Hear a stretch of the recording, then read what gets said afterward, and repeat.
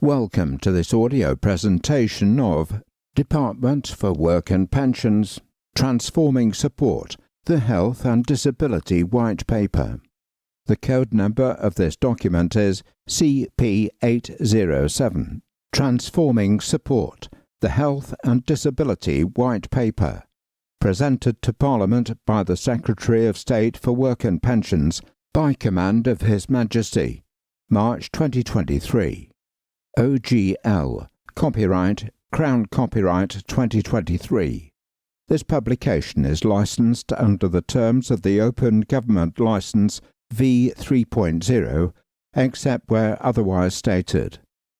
To view this license, visit nationalarchives.gov.uk/doc/open-government-license/version/Figure 3 nationalarchives.gov.uk/doc/open-government-license/version/3. Where we have identified any third-party copyright information, you will need to obtain permission from the copyright holders concerned. This publication is available at www.gov.uk/official-documents. Please send any requests for other accessible formats of this publication to dhsd.health-and-disability-whitepaper@dwp.gov.uk. ISBN 978-1-5286-3687-2 E02798610 03/23, printed on paper containing 40% recycled fibre content minimum. Printed in the UK by H.H. Associates Limited on behalf of the Controller of His Majesty's Stationery Office. Contents. Each section has been recorded separately for ease of reference. Ministerial Foreword. Executive Summary including Chapter 1, Opening up more work opportunities, Chapter 2, Providing the right support, Chapter 3, Improving our services, and Chapter 4, Transforming the system for the future. Chapter 1, Opening up more work opportunities including our ambition, supporting people to stay and succeed in work, supporting people to start and succeed in work, and conclusion. Chapter 2, Providing the right support, including our ambition, improving our reasonable adjustment offer, information and signposting that works, an enhanced support service for people who need it most, working with partners to improve people's mobility, and conclusion. Chapter 3, Improving our services, including our ambition, people-focused employment and health discussions, improving people's experience of assessments, further developing assessment expertise, improving how evidence is used, better support for those with fluctuating conditions, supporting people as they move between child and adult benefits, introducing the severe disability group, extending the special rules for end of life, and conclusion. Chapter 4, Transforming the system for the future, including our ambition, what you told us, why change is needed, what we are proposing, and conclusion. Conclusion. Annexes, including Annex A, how we consulted, and Annex B, across the UK. That brings us to the end of the contents section. Ministerial Foreword. Everyone should have the same opportunity for a fulfilling working life, regardless of their place of birth or whether they have a disability or health condition. Since 2017, we have seen over 1 million more disabled people in work, a milestone we marked last year, delivering on this commitment 5 years earlier than expected. we can reaffirm our commitment to close the disability employment gap made as part of our 2019 manifesto commitment to empower and support disabled people, and confirm that we will set a new disability employment goal. This white paper builds on our progress to help more disabled people to start, stay, and succeed in work. With low unemployment, high employment, and more than 1 million vacancies, we are focused on ensuring more people are supported into the workforce so that they can seize the opportunities of work and employers can access the skills they need to grow their businesses.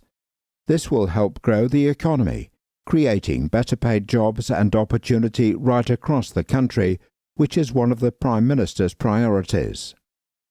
This includes helping unemployed disabled people to move back into and remain in work, as well as focusing on the increasing number of people who are economically inactive because of a long-term health condition or disability. We know that many people would like to work with the right support. It also means looking at how we can better support people within the health and disability benefits system. This white paper will help deliver this in 3 ways. First, by investing to step up our employment support for disabled people and people with health conditions. Second, by ensuring people can access the right support at the right time and have a better overall experience when applying for and receiving health and disability benefits. Third, by reforming the benefit system for the future so it focuses on what people can do rather than on what they cannot. Through Shaping Future Support, the Health and Disability Green Paper, published in July 2021, we heard your views about how we could change the benefit system. Here, we set out our plans. Some changes we can deliver quickly, others will take longer to implement and will require primary legislation. We will continue to work with disabled people, employers, carers, charities, and other organisations to ensure their voices remain at the heart of delivering action. The need for change goes beyond government to employers and society as a whole. We need everyone to play their part. We are proud of our record on disability employment and support.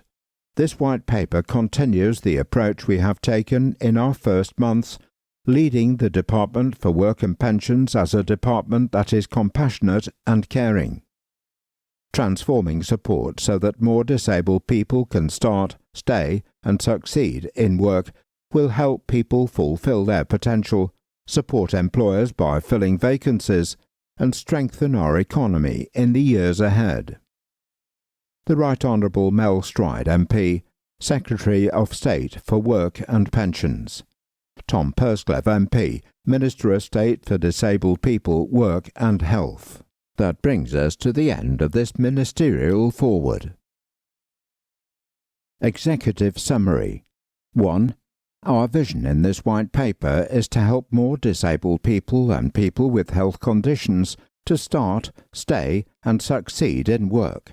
With more than 1 million job vacancies and a rise in remote working triggered by the pandemic, today's labour market offers disabled people new working opportunities. By improving work incentives, we will enable more people to enjoy the financial benefits of a regular pay packet, as well as the positive impact on health and well-being for the individual and the wider benefits to society and the economy. 2. We set out our case for reform in 2021 in Shaping Future Support, the Health and Disability Green Paper. During the consultation, we heard from more than 4,500 people and organisations on what proposals we should take forward. From the responses, we know many disabled people want to work and could work with the right support. We also know that disabled people are more likely to stop working and, once out of work, less likely to return. 3.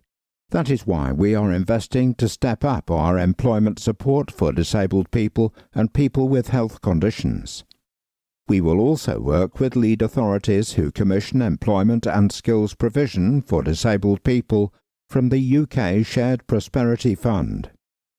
Working with the occupational health sector, we will help more people remain and thrive in their job. 4. The Prime Minister has also asked the Secretary of State for Work and Pensions to look in detail at the issue of workforce participation across society. We will be looking to identify and understand the barriers preventing people from joining the workforce or resulting in people leaving the workforce early. 5. We know that the health and disability benefit system can itself be a barrier to employment because it focuses on what people cannot do instead of what they can.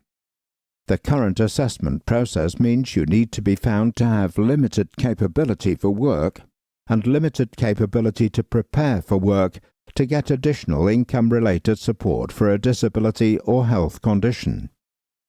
6. This approach encourages people to see themselves as being unable to work, and we know it can put people off from trying work or seeking employment support for fear of losing their benefits. We will give people confidence that they will receive support for as long as it is needed, regardless of whether they are working. By removing the work capability assessment, we will ensure that those who are able to can progress in or towards work without the worry of being reassessed and losing their benefits. 7.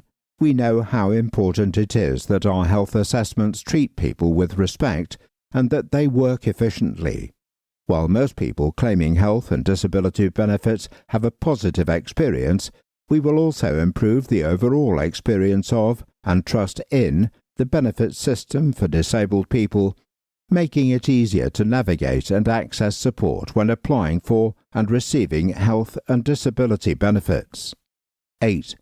We will always support those who need it.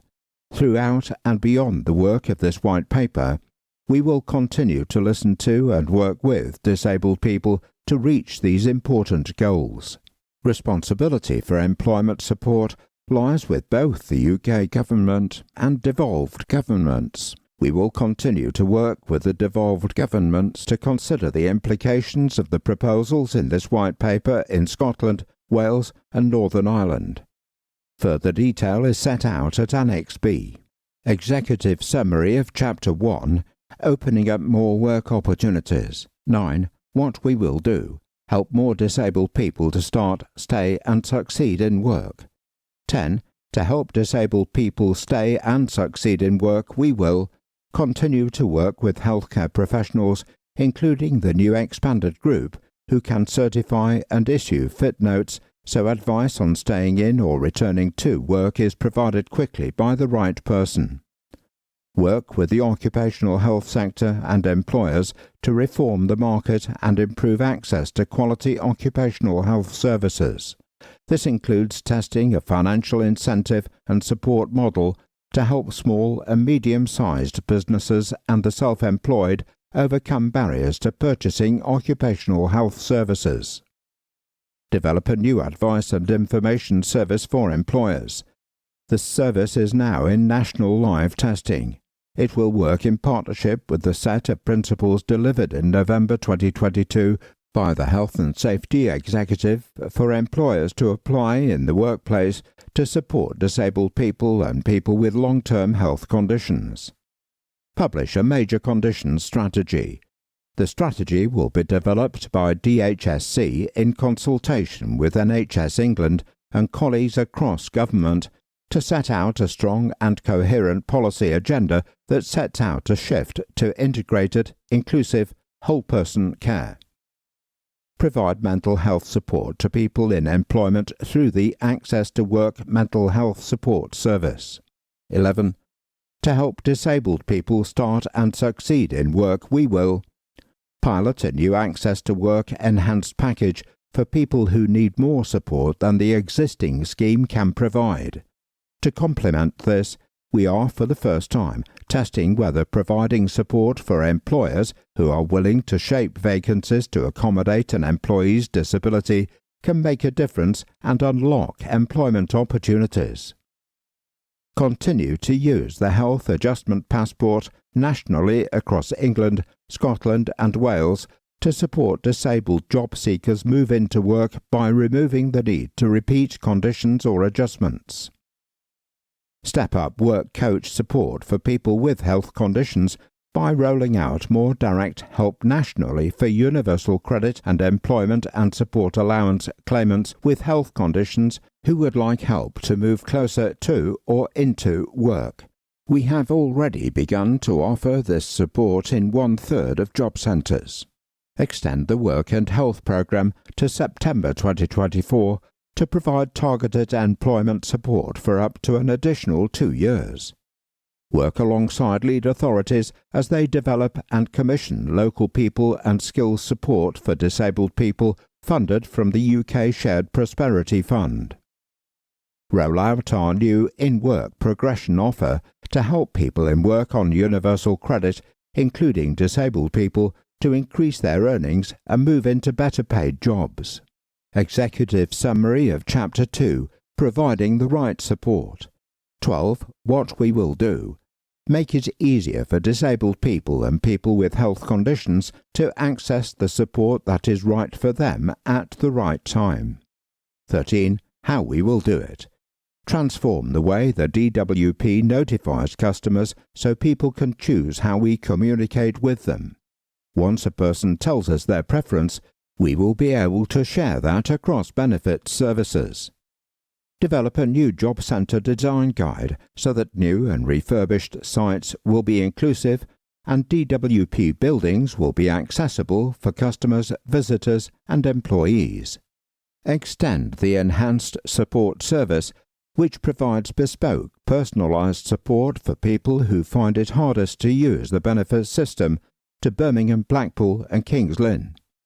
Work with partners to improve people's mobility, such as Motability, which is using £50 million to support other charities and organisations to address the challenges disabled people face accessing transport. Executive summary of Chapter 3, Improving Our Services. 14. What we will do. Create a better experience for disabled people, people with health conditions and their carers when applying for and receiving health and disability benefits. Improve trust and transparency in DWP decisions and processes. 15. How we will do it. Make employment and health discussions, EHD, more people-focused by homing in on health, personal, occupational and societal factors affecting the person. We started an initial small-scale test of the EHD in May 2022, which will assess how well this works. Test sharing health assessment reports with people making the claim before a decision is made, offering them the opportunity to clarify evidence so that we can make the right decision as early as possible. Continue to invest in developing the skills of assessors. This year, we will begin testing matching a person's primary health condition to a specialist assessor. As part of this, assessors will take part in training to specialise in the functional impacts of specific health conditions. Transform the entire Personal Independence Payment (PIP) service from finding out about benefits through to decisions, eligibility and payments, delivering a new, more user-friendly service built around people's needs. Continue testing the introduction of a severe disability group for those with the most severe health conditions, so people do not need to complete a detailed application form or go through an assessment. Explore ways to simplify the full claim process through the Health Transformation Area (HTA) and evaluate how well video and telephone assessments work. Executive summary of Chapter 4. Transforming the system for the future. 16. What we will do.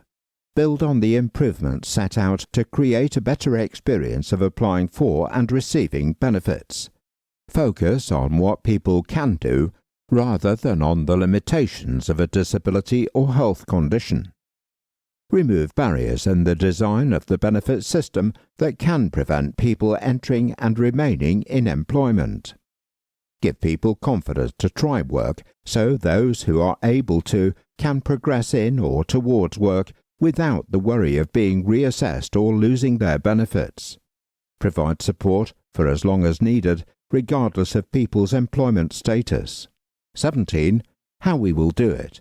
Legislate to remove the existing work capability assessment so that in future there is only one health and disability functional assessment, the PIP assessment, improved by the changes we set out in Chapters 2 and 3. Remove the existing Universal Credit Limited Capability for Work and Work-Related Activity LCWRA element and replace it with a new Universal Credit Health element. This means that there will be no need to be found to have limited capability for work and limited capability to prepare for work to get additional income-related support for a disability or health condition.